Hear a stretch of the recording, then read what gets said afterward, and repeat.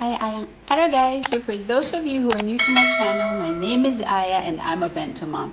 I make fun and creative lunchboxes for my daughter Zion. I'm also into gardening and homemaking, and I also love food, travel, and shopping. So if these are the things that interest you, please keep on watching. So good morning guys. So it's 5:30 a.m. and today we're gonna have an interview for an ABS-CBN na TV program kaya naman tayo nagising today. So, we'll show you the preparations and the behind the scenes, and we're gonna do a bento demo sa program. So, samahan niyo kami for today. So, ayan guys, we're preparing for later's program.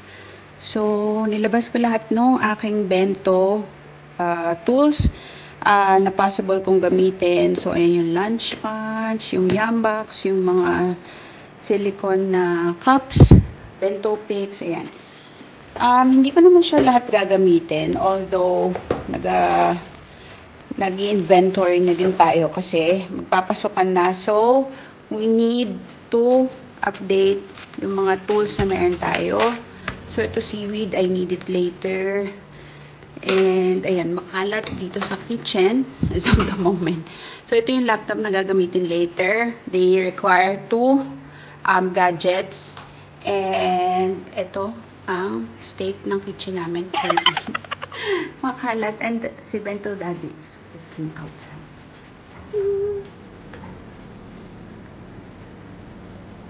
Ayan. So, samahan nyo kami later sa program. So, ayun guys, magto-coffee lang ako. At si Bento dati naglalagay siya ng mga ng mga plants daw sa background para daw medyo hindi naman bare. So, ayan, medyo kinakabahan ako guys kasi matagal na ako hindi nag-bento. So, parang kinakalawang na tayo. So, itong mga lunch punch. Ayan. Hindi ko pa ito nagagamit before kasi bago lang siya. Ayan. So, ayan. Namumulad. Ayan. Pwede naman. Maganda. Ayan. May pa-background pa siya, guys. So, try natin gamitin yung lunch punch today para sa mag-breakfast ako. So, nagsasaing pa lang kami. Ako pala, si Daddy, tapos na siya magluto. So, siya yung nag-cook ng ulam for today for Zion's bento and for yung demo natin sa ABS-CBN na TV program, Winner sa Live. Ayan. So, adobo yung niluto ni Daddy kasi siya lang yung may best adobo dito sa bahay at yun lang yung adobo na gusto ni Zion. So, siya yung nagluto ng adobo and it's the easiest to do. So, ang i-demo ko na lang later is how to set up or create the bento box. This is actually an episode na in time for back to school. Ayan. So, paano ba tayo na invite dyan? So, I'm not sure, maybe yung researchers syempre, parang active sila sa social media. Maybe they saw my post. Tapos, inontak nila ako via via Messenger, Facebook Messenger, if I'm interested to do a demo sa ABS-CBN program. So, they introduce themselves. Tapos, ayun na. Ganun lang siya, guys. And then, they will give you reminders and instructions kung ano yung gagawin nyo sa program.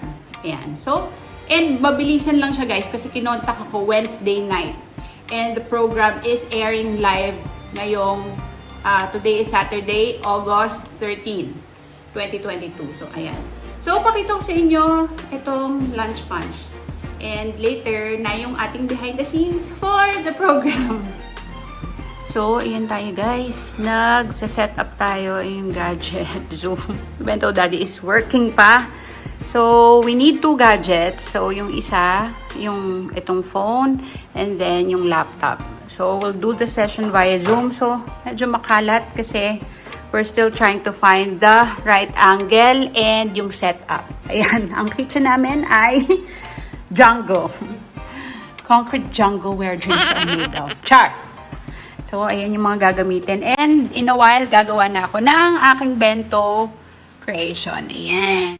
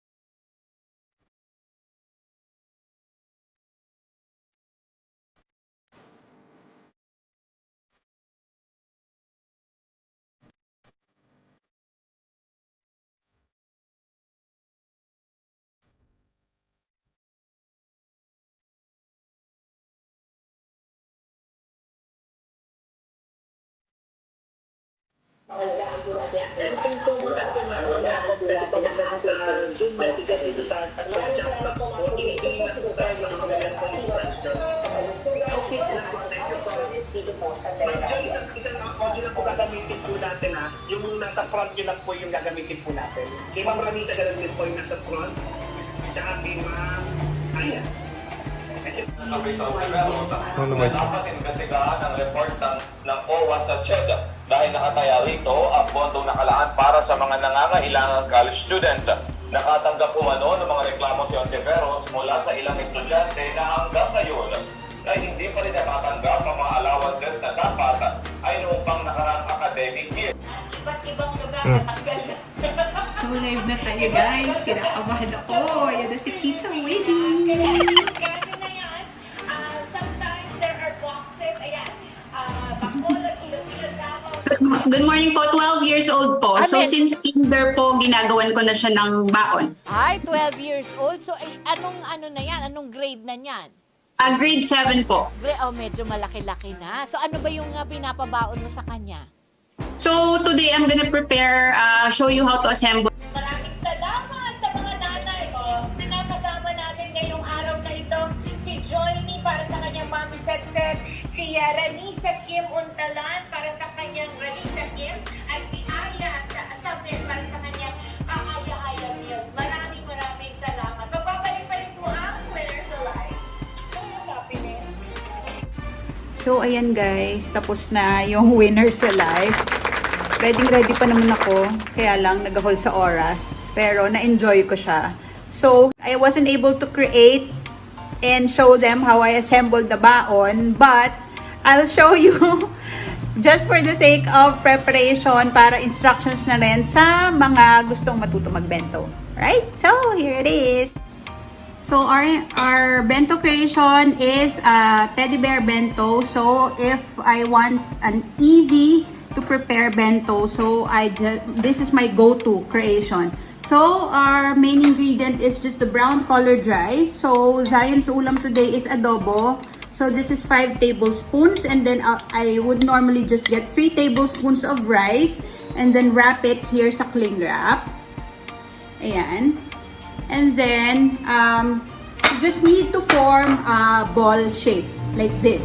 So, a round shape. Ayan. And then, you also need to get a little piece ng brown colored rice. So, this is adobo sauce, by the way. And then, you just need to form another ball. Actually, 2 small balls. And then, the small balls are for the ears. You just need to put uncooked spaghetti noodle here and then just stick it here to form the ear. Ayan. And then, you need to create another round shape for the nose there.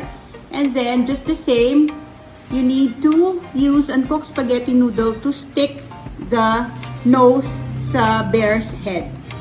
And then the next thing that you need to do is to put the details of the bear.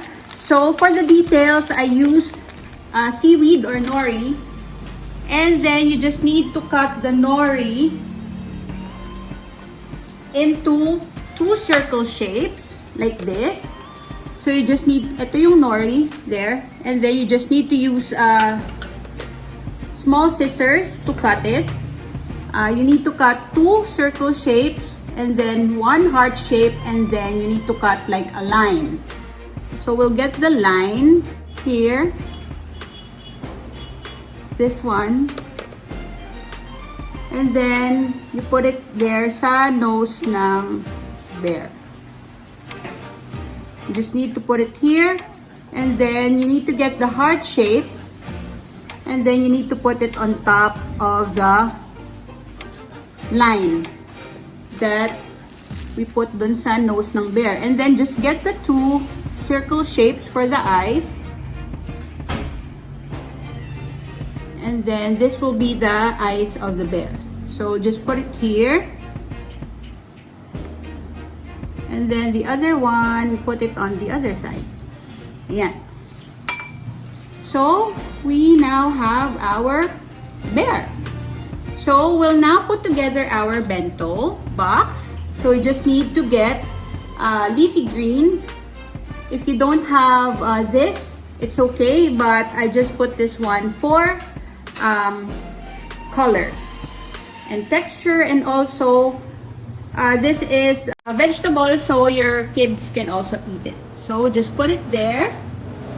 And then, you just need to put the head of the bear. So, put it here slowly. There. And then, here sa side na to is the ulam. So, this is the chicken adobo. And then, this is the sweet treat or the gummy bear. And then, here naman, we'll create our fruit skewers using this bento pick. So, this is from Bright Brands PH. So, I have orange here. And then we'll just put dalawang grapes so that you will have your fruit skewers there. So this is again from Bright Brands PH. So just the same store where I purchased the Yum Box. Ayan. Here. So we'll just make 3 fruit skewers. So, I wasn't able to show this one kanina sa program, the way I prepare the bento, because they didn't have time na. So, just for those mommies who want instructions. There you go. So this is our finished product. There. And actually, I made the finished product for the show. And this is the one I made earlier and I showed. Ayan. So, that's it. So, that's it for today, guys. So, I really enjoyed our guesting sa winner sa live today. So, that's via ABS-CBN Teleradio. So, for those of you who weren't able to watch live, I'll put the link of the video in my description box below. Ayan. So, as much as I would want to show everyone how I created this bento box, I wanted to show sa TV sana, but we didn't have much time. So, for the mommies na starting their bento journey, at least I was able to show you via this video or this vlog. So, ayan. So, this is my go-to bento creation for easy and quick to do na bento. So, for mommies who are starting, again, this is perfect for you. So, I hope you enjoyed today. If you did enjoy, please like and share this video. And also, please don't forget to subscribe to my channel and hit the notification bell para palagi kang updated if I have a new video upload. Thank you very much for watching, guys. See you in my next vlog. Bye! Say bye, Zion!